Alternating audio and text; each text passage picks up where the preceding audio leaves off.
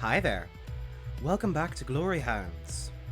Previously, I left you all rather unfairly on a cliffhanger.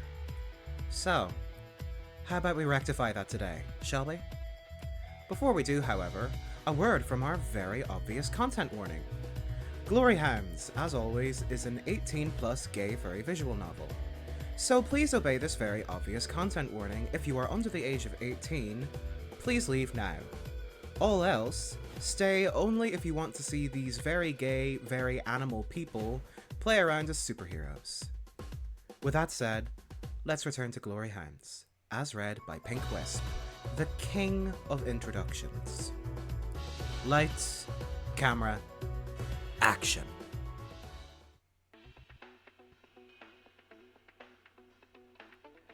When I turn my head, the store view window is busted beyond recognition. Glass shards litter the old wooden floor. At the center of the destruction stands a large, hooded, masked canine, most likely a Rottweiler. His large, intimidating frame is cloaked in shadow, cape billowing in the wind, wearing...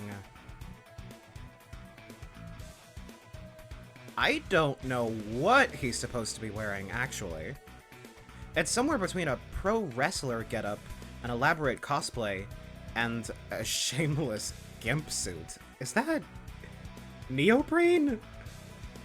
I thought fish who talked like pirates would be the weirdest thing I'd see all day, but the universe just loves to prove me wrong. Not like I have any right to complain on my current situation. Drop your weapon, evildoer!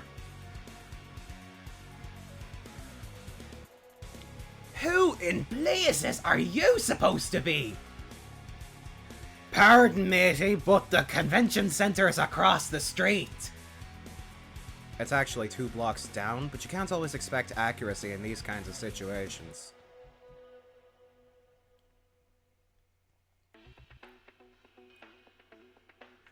I said drop your weapon, crook. There's an underlying growl in the canine's voice that just makes me shiver. You fucking mind who you're... heed who you be gabbing to, Hound, or it's the plank for you. I know exactly who I'm talking to. The canine folds his arms, tilting his head. I can read his expressions pretty well, even with the mask on. A no-good lowlife trying to bully people who can't fight back. I don't think Ahab would be very pleased if news got back you were robbing old ladies for pocket change. He looks at me. Or losing a brawl to Captain Hot Sauce over here. I don't know whether to be grateful or offended. Wasn't much of a brawl, really. What do you know about Captain Ahab? Enough to know he'd be very, very disappointed. The barracuda's frothing at his very dangerous and fanged mouth, his helmet filling up with bubbles. He aims his gun at the masked man. The canine doesn't flinch, even when he pulls the trigger. The gun makes a strange noise, right before something wet and red seeps out of the barrel, dribbling to the floor below where it lands with a spatter. You gotta be He smacks the gun against his palm. shitting me! He tosses it aside, glaring daggers at me. You ruined me pistol! You ruined me pastries! Can we wrap this up, please? I'm a very busy man, you see? Bigger fish to fry, if you catch my drift. The fish redirects the glare at the dog in front of us. To Davy Jones's locker with you! This guy's pirate act is less consistent than my income. He charges at the masked man, who gracefully dodges, nearly sending him flying through what's left of the window. The barracuda then turns and pulls a knife from inside his jacket, all in the same movement. He swipes it at the dog's throat, but the masked man's already ducked, winding up for an uppercut that sends the robber crashing against the rack of gossip magazines next to the door. While its impact is undeniable, the exertion leaves the canine winded, panting. Had enough? The barracuda twitches for a moment, then charges at him, as if to answer his question. The dog narrowly avoids another slash of the would-be robber's knife, but not the fist that connects with his stomach right after. The shelves shake when he makes impact with the floor. Bags of chips come raining down. Suppose I should be asking ye that question. The fish points the knife at the masked man. I want to help him, but my legs have turned to jelly. The crook's eyes narrow as he glares at me. Ye be next! No, you are! The dog rolls onto his back. Villainy 101. Don't gloat until the job is done.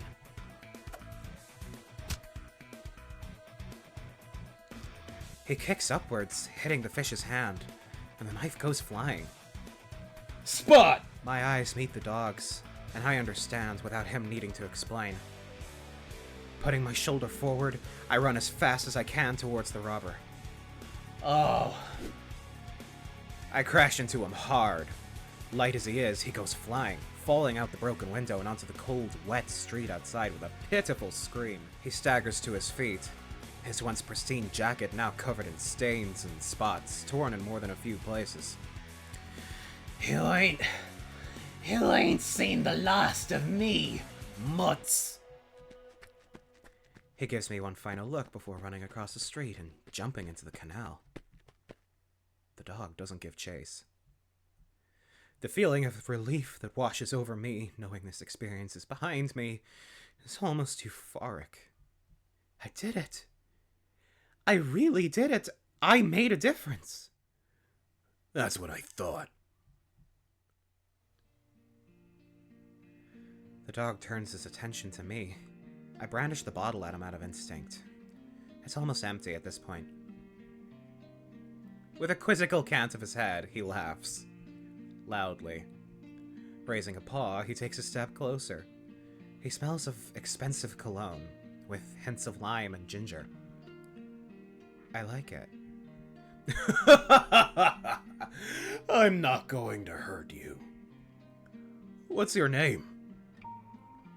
I'm so wound up, I can't even remember my own name. Spot it is. He points to himself with a thumb. I'm known as the Dawn Hound. A proud grin stretches across his face, like I'm supposed to have any idea what he's talking about. Known by whom? Oh. Well, you see... He clears his throat, looking at his feet. I'm still getting the word out there. He goes quiet. I look past him, out the broken window, where people have begun to crowd around.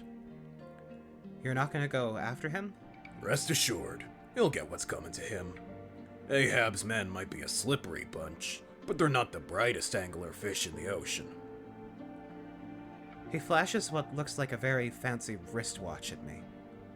If they were, they might notice the trackers. This is some spy shit. Who's this Ahab person?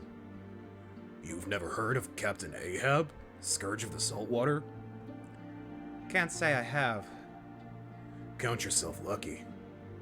He runs a little crew in the Saltwater District. He puts air quotes around the word crew. They call themselves the Saltwater Syndicate. A gang of thugs, really, but lately they've been getting bolder.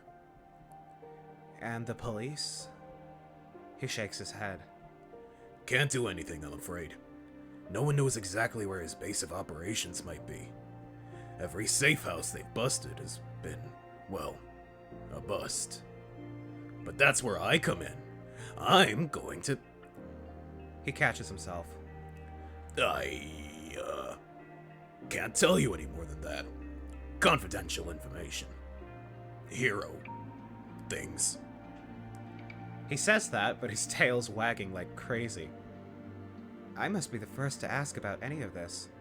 Say, I couldn't help but notice the logo in your hoodie. You work for Brevard? Regrettably. Don't enjoy your job? Not much of a job, really. I'm just a gopher in repairs, but it pays the bills. Who knows? If I'm lucky, maybe I'll have paid off my student loans in time for the retirement home. I had no idea the situation at the company was that dire. Huh? He looks away, fidgeting. Nothing. I hear a beep. Something lights up under his hood. He touches his ear, and then I hear a voice. Police are closing in on your position. I suggest making escape now, sir. The accent sounds foreign. Rus, most likely. If I wasn't confused as hell about everything going on, I'd say it was sexy. Right. Target swam through the net. Over. I will watch him like hawk watches her sleeping young. He will not leave my sight. Wasn't expecting anything less from you. Over and out. Gotta go? Much as I'd love to stay and chat. It was a pleasure meeting you, Spot. You really held your own back there. He extends a paw. I take it and shake it. He's got a really firm grip, but that's to be expected. Alex. Hmm? My name's Alex. Spot fits you better. You know, because of all the... He gestures to my face. Hey. I swat his hand away, much to his amusement. We lock eyes. There's a goofy grin on his face. He's kinda cute for a guy in a gimp suit. I can hear police sirens in the distance. I guess the voice on the radio was right. Maybe Mrs. De Bruyn called them over. I'll see you around, then? I should hope so. I could use a sidekick. Sidekick? Pretty sure I saved your bacon there, big guy. I poke his belly. He laughs raucously. Exactly. Can't think of a better person to fill those shoes. You've got the spots. Now, earn the stripes. I'll have to fetch my resume. I'll keep an eye out for it. He pats my shoulder. His paw's so warm. Or maybe I'm just really cold and clammy. Good night, Spot. Night, Dawn Hound. Feels strange to hear other people call me that. It's a hard name to forget. I wink at him. What I can see of his face turns bright red. I'll be off, then. Farewell, citizen. And so my savior turns, cloak swishing in the wind as he hops out the window and vanishes into the night. Coffee sometime?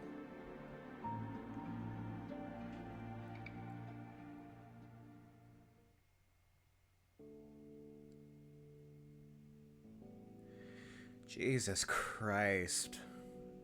Turns out that when cops find you alone in a store with busted windows and destroyed shelves, they might have questions for you. I was damn near about to get put in cuffs when Mrs. De Bruyn showed up to explain what happened. She looked the most frazzled I've ever seen her. I was hoping to get some time to myself to decompress, but when I get home, it's almost 11. Stepping into the living room feels like walking into an entirely new world after all that happened. A less adventurous one, I can only hope. Seems like Max already went to bed. He left the mail on the kitchen counter, along with some empty nectar bottles. I'll have to check it later. Once my messenger bag's on the table, I put my seriously flattened but still edible pastries in the fridge. Most of it's taken up by what looks to be an enormous casserole? Lasagna? Abomination. let's go with that. Huh. There's a sticky note attached. Saved some for you, Max. I touch it through the plastic foil and immediately regret what I've done. Hard as a brick and slimy as all get out at the same time. How do you even manage that? It's like I'm poking brain matter. It smells even worse. Ugh, gross. It collapses in on itself when I retract my hand. Suddenly, I don't feel like dinner for the next 5 days.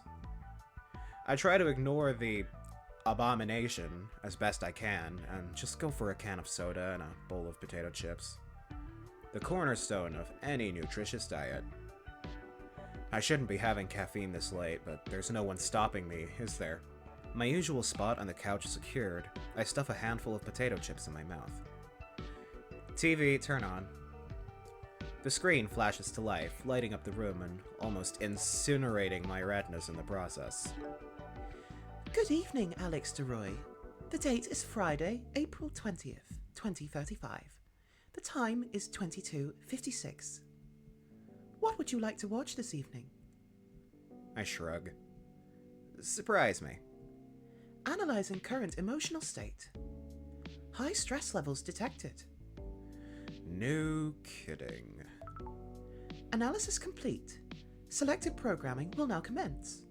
Enjoy your viewing experience, and remember, when you think of the future, Think of Brevard, yeah. If I got €1 for every time I'd heard that, I'd be as rich as Brevard himself by now.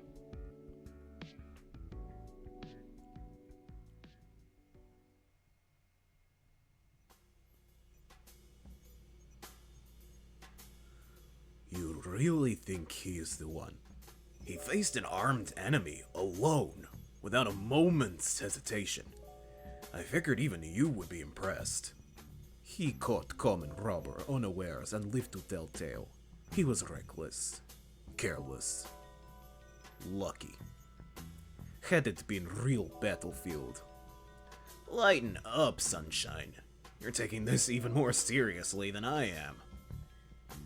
And you are not taking things seriously enough. One thing to play vigilante, but to place trust, life in hands of this untrained stranger would not be prudent, sir. You forget, my friend, the greatest men and women on earth were untrained strangers once. As was I. As were you. All it takes to be a hero is a nose for trouble and the balls to go look for it.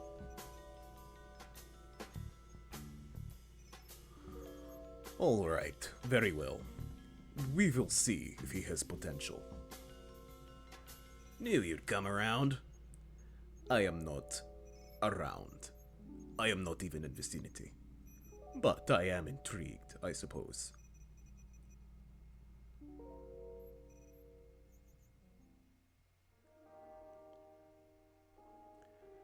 Oh shit, I do not speak Spanish. Wait, that music sounds really familiar. It is, isn't it? No. You evil bastards. No nos pueden ver juntos, Leonardo. Sabes que me caso al amanecer. Wait. Oh, fuck you. Is this Chase and Leo? Is this actually Chase and Leo? This is Chase and Leo. It's fucking Chase and Leo. Mi rosa del desierto, me niegas de mis deseos hablar. A menos permitele, por favor, a mi corazón cantar. Yo te amo. Change channel.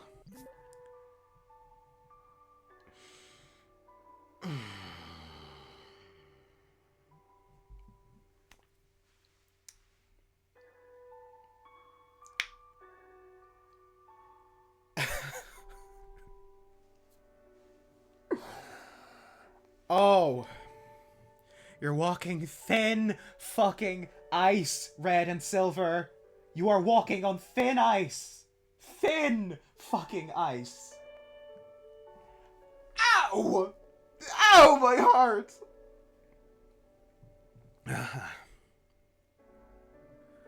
From the creators who brought the stars to the stage 3 times before, comes another galaxy-spanning adventure like no other.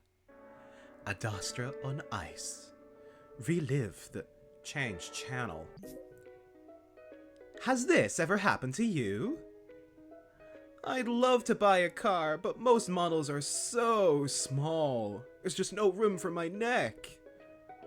When I drive, my trunk gets tangled around the steering wheel. I've had 3 accidents and counting. What do I do?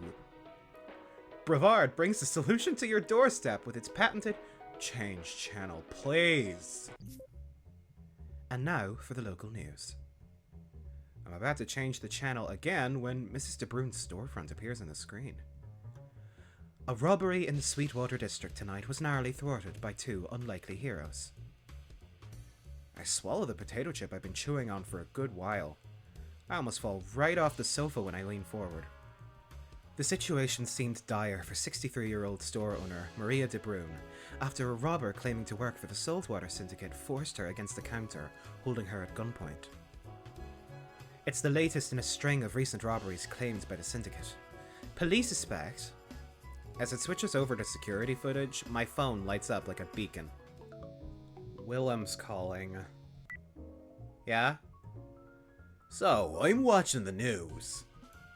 Can you believe they're rebooting Adastra again? Don't you go changing the subject on me. That bloke what stopped the robbery at Mrs. De Bruyn's place. That wouldn't happen to be you, now would it? I give the screen a glance. Sure enough, there I am, bottle in hand. At least they took the courtesy of blurring out my face. Not that it matters with all my spots. That could be anyone. You leave that lady alone right this instant! Anyone. I thought I told you to give me a ring if anything happened. Shit. Right, I was gonna text him when I got home. I'm sorry. Are you alright? You're not hurt, are you? Just a few scrapes. I'm glad Mrs. De Bruyn is okay. Can't say the same for her store, though. Who's the big lad? I look at the screen again just as Hound breaks through the window and strikes a pose. Oh, he just showed up. Called himself the Hound. Hound? I bite down another potato chip. Yeah, he had a costume on and everything. Like the Stinger. Except the Stinger's outfit isn't quite as, whatever that was. Frankly, I'm still processing it. Crazy. I thought he was a stripper or something. I wish. What? Nothing. I hear him grind his beak. Anyway, I would have died if he hadn't been there. Oh, I'm glad you're still with us. You've still got a bar tab open. Thanks for checking in. I appreciate it. You know Lou's gonna want to hear this too. Knowing them, they probably already read about it on like 10 different news sites. Well, I want to hear it from you, personally. It's the snide remarks I'm worried about. Well, that's what friends are for, ain't they? Fine, I'll let him know what happened at work tomorrow. Attaboy. Good night, Alex. See you at the hen. Night, Willie. In other news, a spokesperson for Rahul Brevard, CEO of Brevard Enterprises, has announced plans for the company's expansion beyond Batavian borders. Change channel.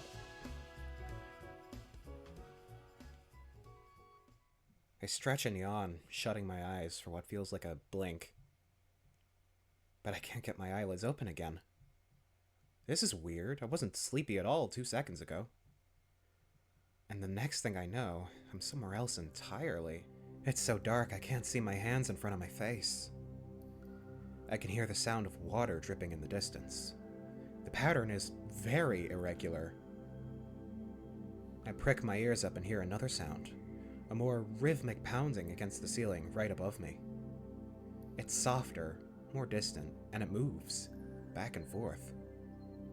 Like footsteps.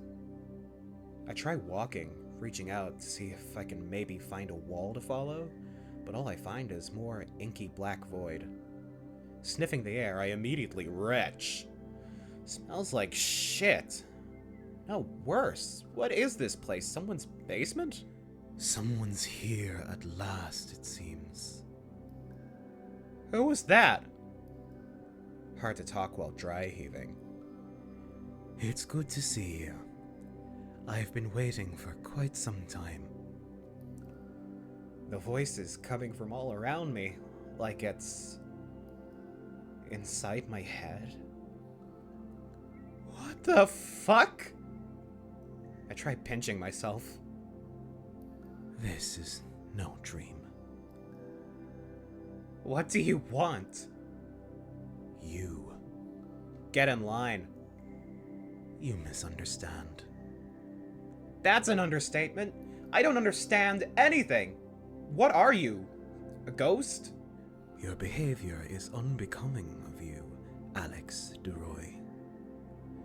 You are here because you feel lost, unappreciated, helpless.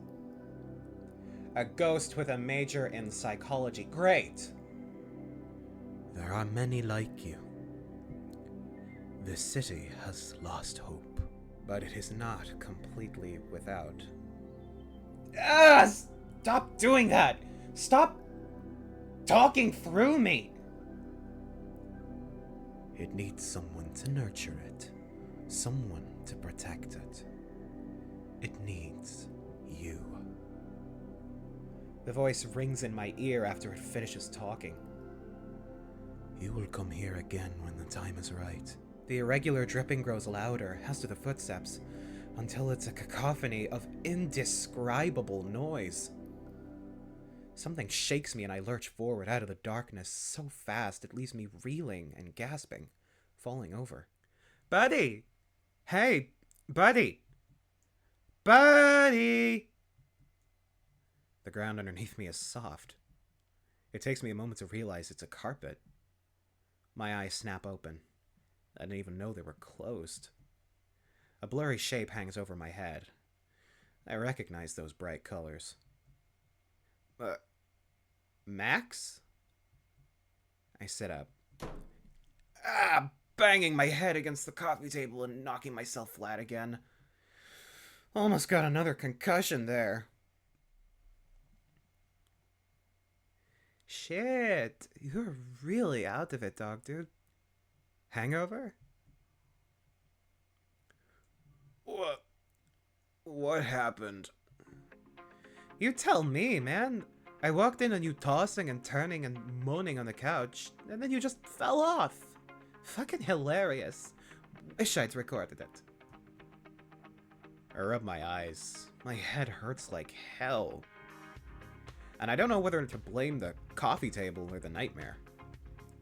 I didn't wake you up, did I? Dude, it's 10 in the morning.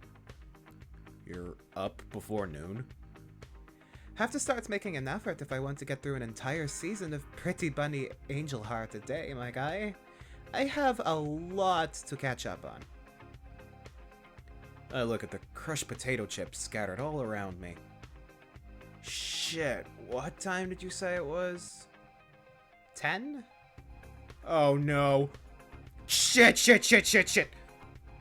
I scramble to my feet, rushing to the bathroom. I don't look at my phone. I don't dare look at my phone. Brush my teeth, fix my fur. Buddy? Can't talk, gotta head to work. I run a comb through the fur between my ears. Doesn't help. Save a spot for me on the couch. I might just lose my job today. Join the club. Do you need me to make dinner tonight? No, please, no. I'll, just get some takeout. Gotcha. When I decide I look and smell presentable, I rush for the door. Max has already taken his usual spot on the couch, where he'll most likely stay until the sun goes down. Bye! See you later, Rumi!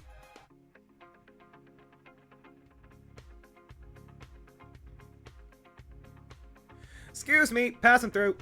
Hey, watch it! Sorry. Whoever said they hate Mondays has clearly never experienced a Saturday in Shippersburg. Weave your way through the never-ending crowd of tourists and dodge cyclists who'd never heard of traffic lights long enough, and I'm sure anyone would agree. Not to mention the noise. I'd cut through the canals, but even those are so thick with people, I can't see the bottom. Once I finally near the tram stop, I'm all but sprinting, barely looking where I'm going. It's a mistake I regret almost immediately. Ah! A whirlwind of paper scatters to the floor as I collide with a woman walking the other way. I land right on my tailbone, pain ripping through my body. The woman's still standing, with barely a scratch it seems. She's staring right at me, but she doesn't look angry at least. Hard to tell behind the glasses. Good heavens! Are you quite alright, love? Her voice is soft, high-pitched, almost princess-like. I'm sorry. I expect to be scolded, but all I hear is a soft giggle. No harm done. It seems we were both a little lost in thought, weren't we? She reaches out, helping me get back up. Her grip's pretty strong for such a small lady. I dust myself off, a scrap of paper that was sticking to my jeans fluttering to the ground. I manage to nab it just before it flies out of reach. Looks like some sketches of people. The paper's frayed and yellowed. It must be pretty old. Nice drawing. Oh, this isn't my work. I'm just bringing these over to the office. I hand it back to her and kneel down on the ground to help her gather the rest of her papers, which she organizes and stuffs neatly into a worn-looking satchel. Some of these look like letters, others look like notes. Only some are written in Batavian. Not just any Batavian, either. Old Batavian. This stuff's 100 years old, at least. Once the lady's gathered all the papers, she closes her satchel and proceeds to beam brightly at me. Thank you so much for your help, sir. Hey, it was my fault to begin with. What kind of job has you carrying around things like that anyway? If it's not yours, I mean. Oh, nothing special really. I'm the curator at Opgedocht, the art gallery. Wow. We have an assortment of works from artists all over the world, past and present, famous and unknown. Nothing special? Sounds like a cushy gig to me. I've heard about it. With the expensive dress, right? The money talks gown, yes. Another giggle. One of many fine pieces in our collection, as I'm sure you're aware. Really? I've never been. Really now? In that case, you should absolutely come by sometime. We'd be more than happy to have you, no admission required. But I'm a stranger. Isn't that, Oh my gosh, where are my manners? She grabs my hand immediately, shaking it hard. I'm Fenna. No last name? I'm Alex. Presto! We're no longer strangers. Delighted to meet you. You still seem a little strange to me. I hear a whir beside me and spot the tram arriving at the stop from the corner of my eye. Oh, there's my ride. I suppose I should be on my way as well. She lets go of my hand, and when I open it, sure enough, there's a ticket for two to the art gallery. God, first a store robbery, then a weird dream, and now a guerrilla marketing trick. What is my life anymore? It was, nice meeting you, Fenna. Likewise, Mr. DeRoy. With a wave, she continues on, and it's only once I'm on the tram that I realize I never told her my last name. What in the...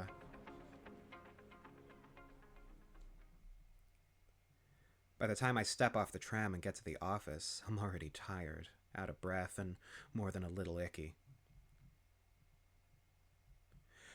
So, just like any other day at work, really. I still haven't checked my phone. If I'm gonna be fired, I want to be fired in person. I so hope I don't get fired. Why didn't I just call in sick? It's flu season, right? Plenty of people get sick this time of year. I watch the automatic doors open like a prisoner watching a guillotine's blade being raised. I shudder and step forward, waving at a turtle passing me without looking. I hear the familiar clinking of loose teaspoon before I see them, sitting behind the reception desk, looking anywhere but at the door until I clear my throat. Alex! Where have you been? It's almost 11! It's a long story, believe you me. You tell me. First, I have to read online that you stopped a robbery last night? I swear I was going to tell you. And now I have your supervisor breathing down my neck asking about you. Do you have any idea how long I had to cover for you? I don't know. 2 hours. Who does he think I am, your nanny? I tried calling, but you wouldn't pick up. Their frantic stirring finally slows down. I was worried, you know? I'm sorry. They look me up and down. It's okay. Must have been a shitty night for you. You don't know the half of it. Thank you for covering for me. You want to thank me? Grab me a new coffee. They lift their cup. This one's gotten cold.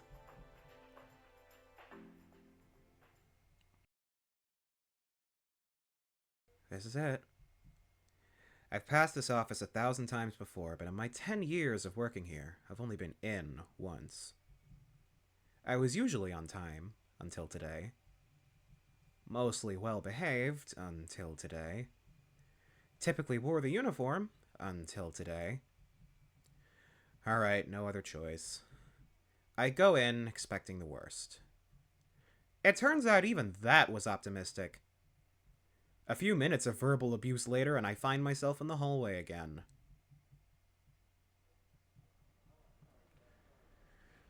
Unemployed. Years of loyal service, right down the shitter. My ears are still ringing. My supervisor was yelling loud enough for the entire floor to hear. No point sticking around here anymore, I guess. I hope I can somehow avoid Lou on the way out. I'm in no mood to talk to anyone right now. I start to make my way back to the elevator when I notice a guy standing just down the hallway. A Rottweiler, shorter than I am, but a lot stockier. He's dressed more formally than most of the people around the office, which makes him stand out quite a bit. Great! He'll definitely have heard that little exchange. At least I think so. He's engrossed in a comic book right now, though his eyes do flick in my general direction when I stomp towards him. I really don't feel like talking to anyone. I just want to get to the elevators. Rough day on the job? Great! Just what I was hoping for. He flips another page. It's not an issue I've seen before.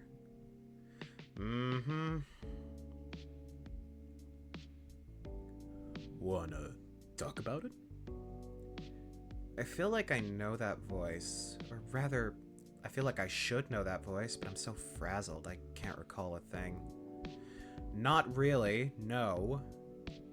Weird thing to ask someone you don't know. Is that true?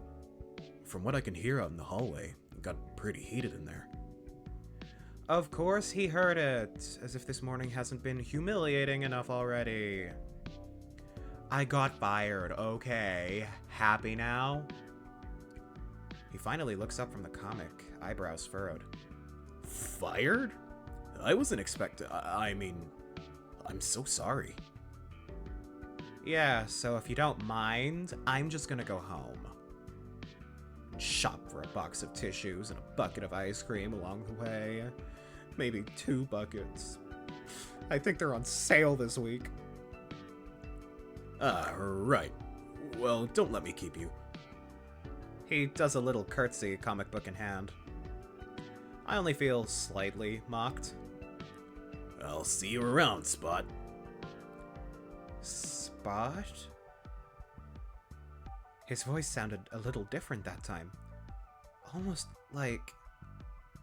I freeze, but he's already walking off, turning his head one more time to look at me.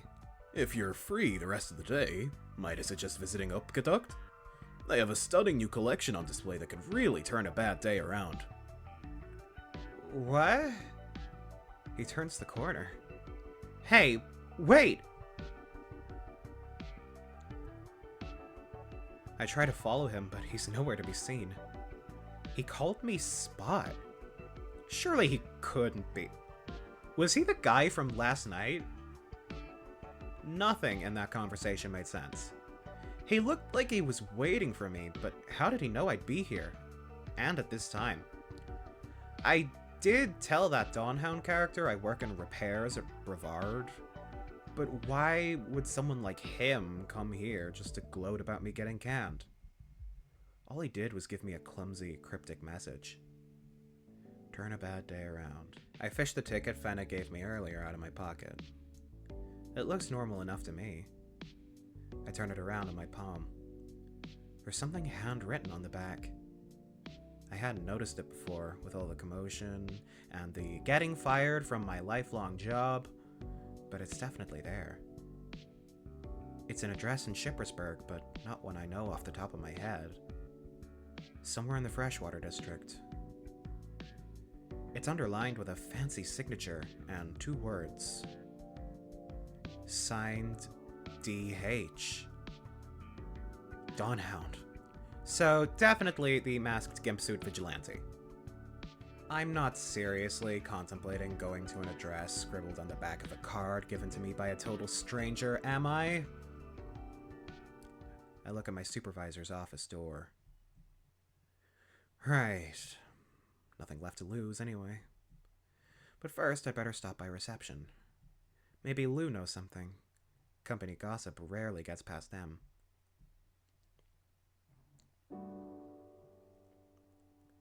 I approach the reception desk, probably for the last time. Lou is sipping a cup of coffee, as always, glued to the reception's holographic screen. I clear my throat. Alex, so how'd it go?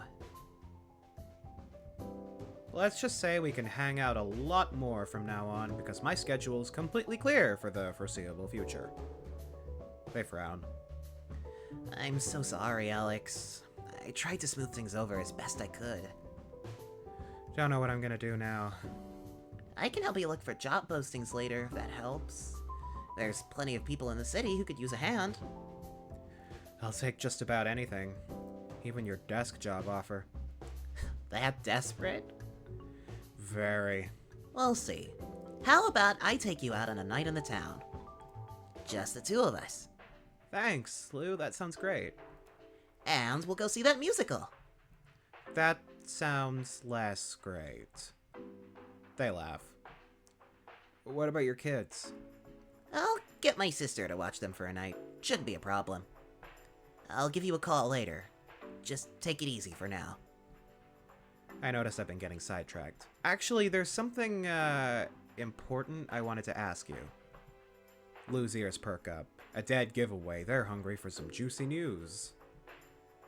Did you see a Rottweiler come by the reception earlier by any chance? Fancy clothes, pretty buff, kinda handsome? Lou looks pensive and takes another sip of coffee. Not that I recall. That's odd. They usually notice everything. And the main entrance is the only way into the building for security reasons. Not to mention the clearance needed to use the elevators. You trying to score a hot date? I don't dip my pen in the company ink, Lou. Does it count as company ink now that I'm unemployed? Technically not, right? They raise an eyebrow at me. Last year's delivery guy would beg to differ. I know it sounds crazy, but there was something off about him. It's probably just one of the new hires. I haven't heard anything about new hires. Only new fires, as far as I'm concerned. Well, we are expanding. He looked kind of old to be new here. And, well, rich? He had a suitcase and everything. They lower their voice and put down their cup. What, you think Brevard showed up to personally send you on your merry way? Their tone is sarcastic, but it still leaves me wondering. I'm not sure. Wait, you don't seriously think... I gotta go. Catch you at the hen? I'll keep a seat warm for you. Thanks. I turn for the exit.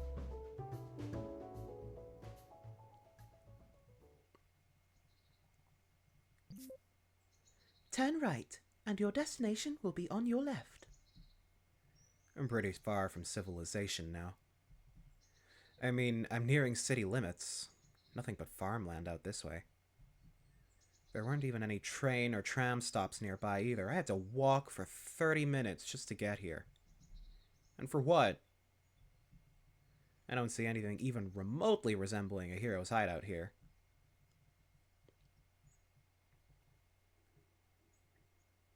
Just an ancient-looking house with an overgrown yard behind a rusty old gate. Actually, that's pretty high up in the potential hideout spot list. Still, this is the address written on the ticket. I yank the gate open. The banshee-like shriek of the old metal is painful. It shuts behind me. No turning back now. Walking down the cobblestone path leading up to the mansion, I pass statues that have all seen better days. They each depict canines in combat poses, some carrying weapons that have lost their edge. These look older than the stuff I see at the museum. Maybe it's just my nerves, but I feel like they're watching me, judging me. I sure as hell hope this place isn't haunted.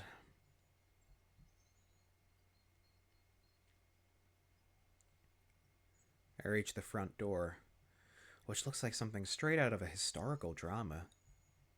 It's got no doorbell, just a big old pair of knockers. No signs of life inside, from what I can see through the windows. No cars that I can see either. I knock on the door. I must be going insane. Complete silence. Did my GPS lead me astray? I knock again. This time, I swear I can at least hear something inside, barely audible over the sound of the rain starting to trickle out of the sky behind me. I'm about to declare the mission a bust when, with a loud creak, the doors finally open, bathing me in a warm light and bringing me face to face with the largest crow I've ever seen in my life. He's dressed to the nines. No, tens. Face and beak scratched and scarred. His face is framed rather nicely by a pair of glasses. I guess this is the butler? A very dashing butler who looks almost, how should I put it, nerdy. His eyes drill into the very core of my being. I'm taller than most, but I actually have to look up at him slightly. I feel small next to him. Insignificant. Scared. I'd mentioned catching a glimpse of bulging muscles, but that's all I see. Muscles. Guess household chores are good for something. Good afternoon. What can I do for you? A Roos accent. So this is the guy Dawnhound was talking to. Combined with his deep voice, it only makes him more imposing. Hi. Master already donates to charities. I'm not here for donations. I got this... Master has no interest in essential oils or herbal supplements either. God, no. Look, I'm Alex DeRoy. I got this ticket with an address on it telling me to come here. It's only now that I realize how stupid that sounds. Someone shoot me. Is the robber from yesterday still around? Give me ticket. Wait, he bought it? I fish the ticket out of my pocket and pass it over. He scans the back of it with one eye. The other remains strangely still. He gives me a once-over. We have been waiting for you. There's a hint of warmth in his voice now that wasn't there before. If I wasn't still a nervous wreck, I'd say it was almost alluring. Maybe it's the accent. You have? For quite some time, yes. He steps aside, holding the door open for me. Hurry. There is storm coming. You're not gonna tell me twice. Right. I don't want your place to smell like wet dog. Do not worry. I am used to it. I sidle past him. He smells like citrus and pepper. I don't know if it's cologne or something he's been cooking. Definitely not a bad scent. The foyer is richly decorated, beautiful red walls lined with dark wooden doors and bookcases that are all completely stacked, like a library from a fantasy book. My eyes are drawn to an impressive bust of a canine sitting in an alcove in the far wall. Unlike the statues outside, this one seems to have retained its original bronze color. But just like the statues outside, it stares right at me, its eyes following me no matter which direction I look at it from. I will fetch master. Please wait here, and do not touch anything under any circumstances. I will be back shortly. Yes, sir. As he turns away, I can't help but notice his very defined features. He carries himself with elegance, especially for such a large man. He leaves through one of the doors. His footsteps echo around the large room. Instantly, I feel compelled to explore. I know he literally just told me not to touch anything, but I've never been in a rich people house before, and there's just so much to see. I'm pretty sure I could spend a year in this place and not get bored. I scan the shelves, looking for anything that catches my eye. Are these comic books? They sure look like comic books. This one has the entire Stinger collection. Would they notice if I snuck an issue home with me? Focus, Alex. Don't touch anything. A minute passes, then another. That ticking clock's starting to get on my nerves. I try some of the doors, but they're all locked, even the one the butler went through. Oh, I was kind of looking forward to snooping. My eyes fall on the bust again. It's still staring at me with those empty bronze eyes, almost begging for me to investigate. Walking up to it, I catch a familiar scent. Ginger and lime, just like the Dawn Hound last night. While the rest of the ample bust is practically sparkling, there's a noticeable smudged handprint right on top of its head. I tilt my head. It's bothering me. I roll my sleeve over my hand and place it on the dog's head. Before I can get to scrubbing, I hear a loud click. The bust gives way under my paw, head sinking a bit, like I just pressed a button. I'm about to step back when all of a sudden...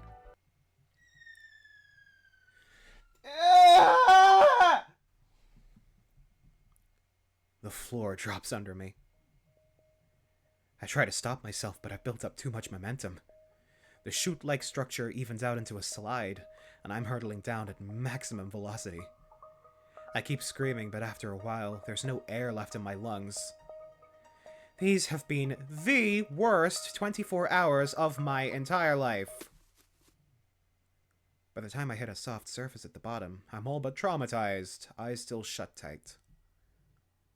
Wow! 3 minutes and 34 seconds. The voice is distant, but there's no mistaking it. That's the Dawn Hound. I believe you owe me 20 euros, sir. And the butler, too. What? I push myself up, but my arms are still shaking, and I just end up collapsing on the padded, leathery floor again. I can't believe what I see when I open my eyes. It's like the set of a sci-fi flick in here. Screens showing security footage in city streets, machines, buttons, flashing lights, and levers everywhere. The air is so stuffy in here, it's almost hard to breathe. The butler's manning a large computer at the far end of the room. There's what appears to be a ventilation system along the ceiling and a thick metal pipe leading down into the floor. Is this part of the mansion too? Just how far below ground are we? Just what was that slide?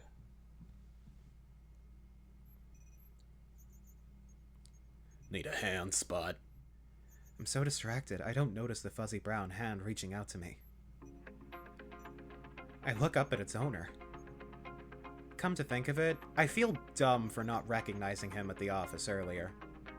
I scramble to my feet, just glad I'm still in one piece after that. Sore all over, though.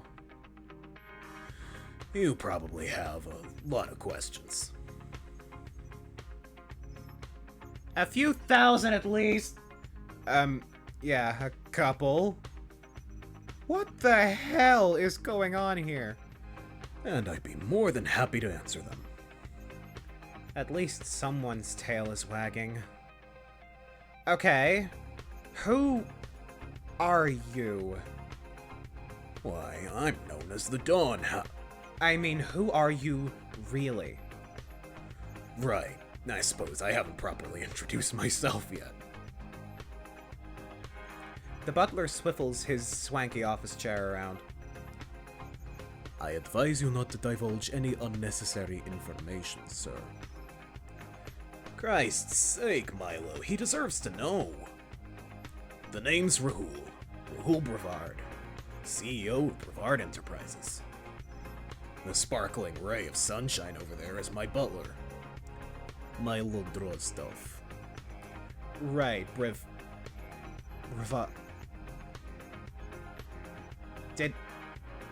Did you say Rahul Brevard? The Brevard? Think of the future, think of Brevard? That my boss? That's you? In the flesh. This is a joke, right? Where are the cameras? My eyes dart between the dog and the bird, waiting for them to laugh and admit it, but they don't. My eyes are darting all over the room, scanning for hidden camera crews. Alright, you can come out now. I feel like a clown. This was a mistake. It's a lot to take in, I know, but it's all true. But no one's ever seen Brevard in person. Precisely. What better cover identity for a masked vigilante? No one would suspect a reclusive millionaire with zero media presence. In comic books, I'd say that's usually the first person to expect, but now that I'm actually seeing it in real life, I'm utterly floored. You're serious, aren't you? I just told you, I'm Rahul.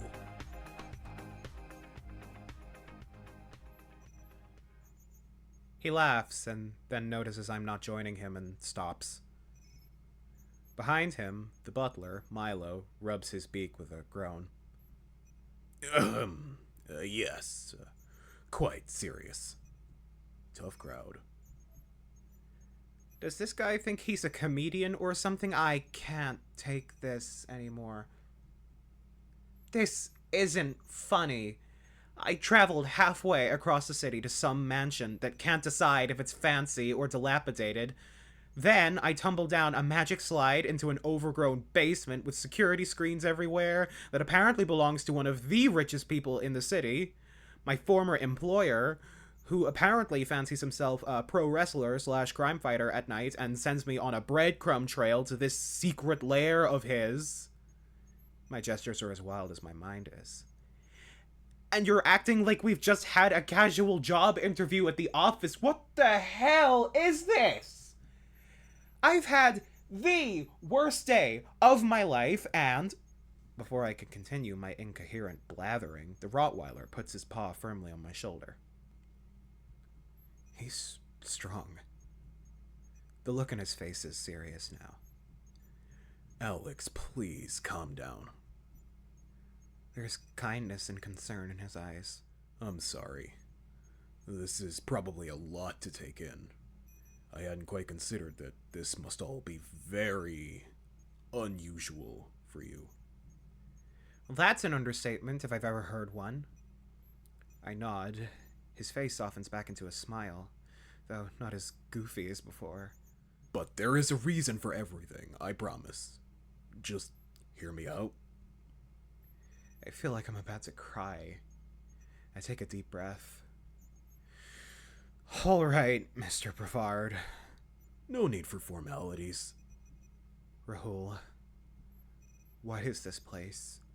Why am I here? We are currently at secret location, about 50 meters underground. Every hero needs a lair. As for the why, you're here because I want to make you an offer. What kind of offer? Do you remember what happened last night? At the store? He nods. How could I not? What if I told you that was only one of many recent incidents? He paces towards the row of screens, hands on his back. It's not just the Saltwater Syndicate at work. They're part of a bigger picture. The civilians such as yourself might not notice it, but there are cracks starting to form in our beautiful city. I mean, it's a big city with almost 1 million people. You'd think crime is just part of the deal. Isn't that what the police are for? Why fight crime yourself? He turns his head towards me. The glare from the screens hits his glasses, and I can't see his eyes behind them. Mrs. De Bruin is only one of hundreds of innocents targeted this past year alone. Someone needs to take a stand. Protect the folks the police can't, or won't. Alex DeRoy, last night you showed exemplary courage. Recklessness. Regardless, you saved the life of an innocent woman, as well as my own. I'd like to invite you to join my cause as my assistant. My sidekick, if you will. My jaw has officially hit the floor. When I try to force words out, all I can do is stammer and stutter. You're free to refuse, of course, and pretend this never happened. Milo will take you home. I'll see what I can do to smooth things over with your supervisor, and you can continue living your everyday life.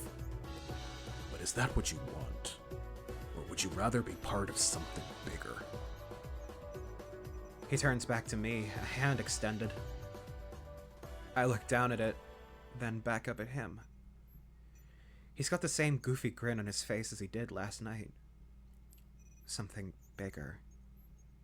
I've been stuck so long that just hearing those two words feels like reaching the light at the end of a long tunnel. But then I think back to how it felt helping Mrs. De Bruin last night, how terrified I was, how I almost died multiple times. I can't see myself living in fear like that and coming out with a grin that big.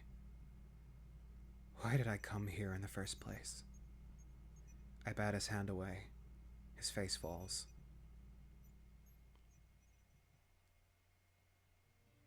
I'm sorry. I can't accept this. Why not? I'm not cut out for it like you are. I don't think I've ever been as terrified as I was last night. Believe me, I wouldn't be offering you this job if I didn't think you were the right man for it. Well, I'm not the right man, okay? I sigh. I'm just a fuck-up who dropped out of college because things got too difficult. I'm sure you can do better than that for a sidekick. That's not true. You said I could refuse. I refuse. This is all just getting too much for me. I look past him at the crow who's gone back to typing on his computer. Hey, can you tell me where the exit is? There is elevator to your right. Okay, thanks. At least let him drive you home. I walked over here. I can walk back. Just need to clear my head. I dust myself off and brush him aside, tipping my head to Milo as I hit what I assume to be the elevator button. A door opens. It's a pretty small elevator for a place this big. I guess it's only built for 2 people at a time. There's only one button. Up. Good. I'm sorry I couldn't help you.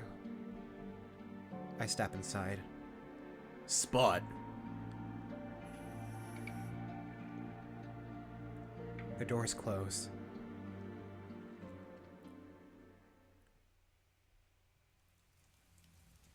I pull on the drawstrings of my hoodie. It's gotten way too cold for comfort. What time is it even? Not that it matters, I don't have anywhere to be without a job anyway. So I just walk. Before long, I've left the mansion behind me like a bad dream. As populated as the city streets were this morning, they're completely abandoned now. Not surprising, the rain's coming down hard. That butler wasn't lying about the storm. The sky's almost black and I'm soaked to the bone. But none of that matters. Me, a sidekick. It sounds so amazing on the surface, doesn't it? To be a hero. Someone people look up to for protection. A beacon of hope. But that's just how it is in the comics. It's so different in real life. I could have died in Mrs. De Bruyn's shop. More importantly, she could have died if I'd fucked up in there. And this masked vigilante thinks I'm cut out for this business just because I didn't chicken out? Today showed I can't even keep a job. So how does he expect me to keep other people alive? Even at my job, my former job, I was too timid to seize the day. Just doing what I was told to do, trying to keep a low enough profile to not get in trouble with my permanently scowling supervisor. I always did a decent job, and that had always been good enough for me. The one time I was in line for something resembling a promotion, I just balked because I didn't know if I could handle the responsibility. Lou and Willem tried so desperately to get me to reconsider, and I've always wondered if I might have had a more successful career if I'd taken that chance. The difference is that if I mess up in repairs, no one dies. Thankfully, even my supervisor's looks can't kill anything other than my self-esteem. Fighting criminals and saving people, though, it's not just my life that's on the line. What if I mess up badly enough? What I need is some time to figure things out. I'll find an opportunity again eventually. I head into the nearest store to get some much-needed comfort food. Mostly just ice cream. A couple days of chilling on the couch with Max will do me good.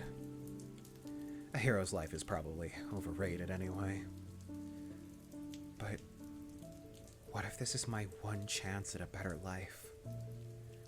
What if I really could be more? Something good finally falls into my lap and I turn tail. This is exactly why I've had the same shit job since high school. It's not like I'd be thrown in the deep end as a sidekick. I'd be learning the ropes from a pro and getting paid for it. At least, I hope he was gonna pay me. I wanted to take Rahul up on his offer. I really did, but I was so confused and scared and hopeless. Like always. Everyone around me thinks I'm capable of more. Lou, Willie, even Rahul. Am I the only one who can't see it?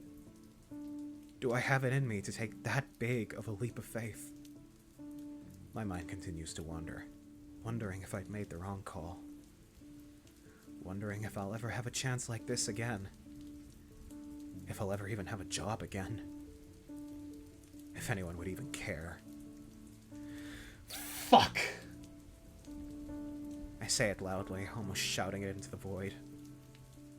The only thing that scares me more than jumping in the deep end is being left alone at the edge of the cliff after everyone's already gone in. And deep down I know I'll regret it for the rest of my life if I don't do this. I guess that settles it. Do it.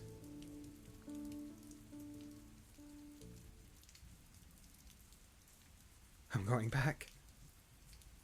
I just hope it's not too late.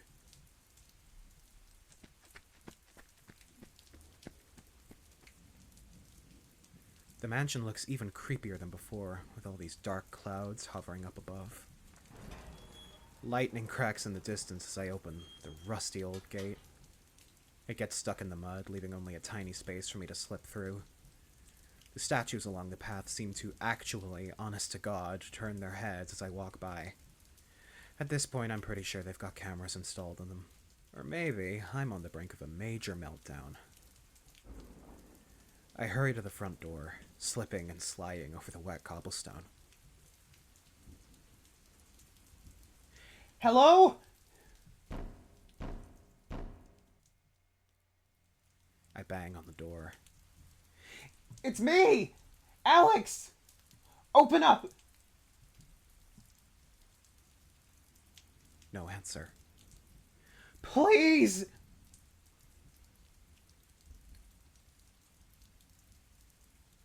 I step back from the door. I'm so exhausted, my tongue's lolling out of my muzzle. Please! Just give me one more chance.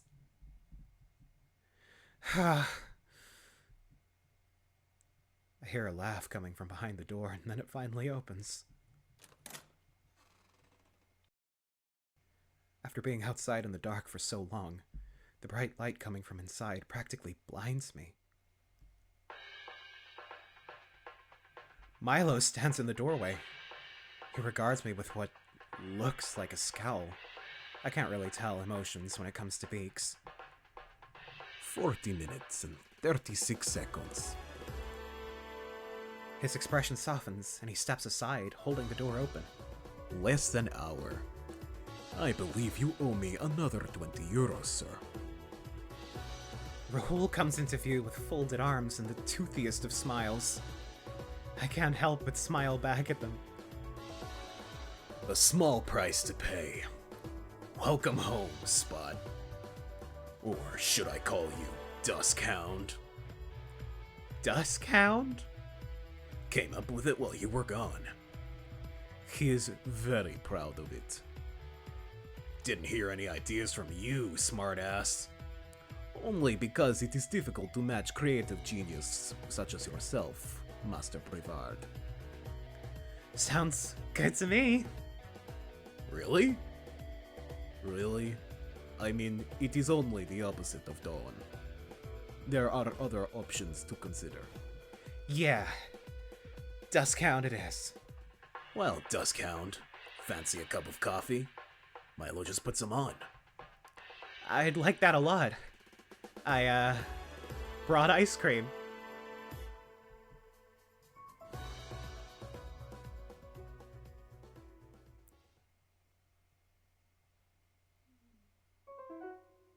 Issue number 1. End. Now for a word from our sponsors. I'd like to give a big thank you to everyone whose name is currently on this screen for their absolutely magnificent work.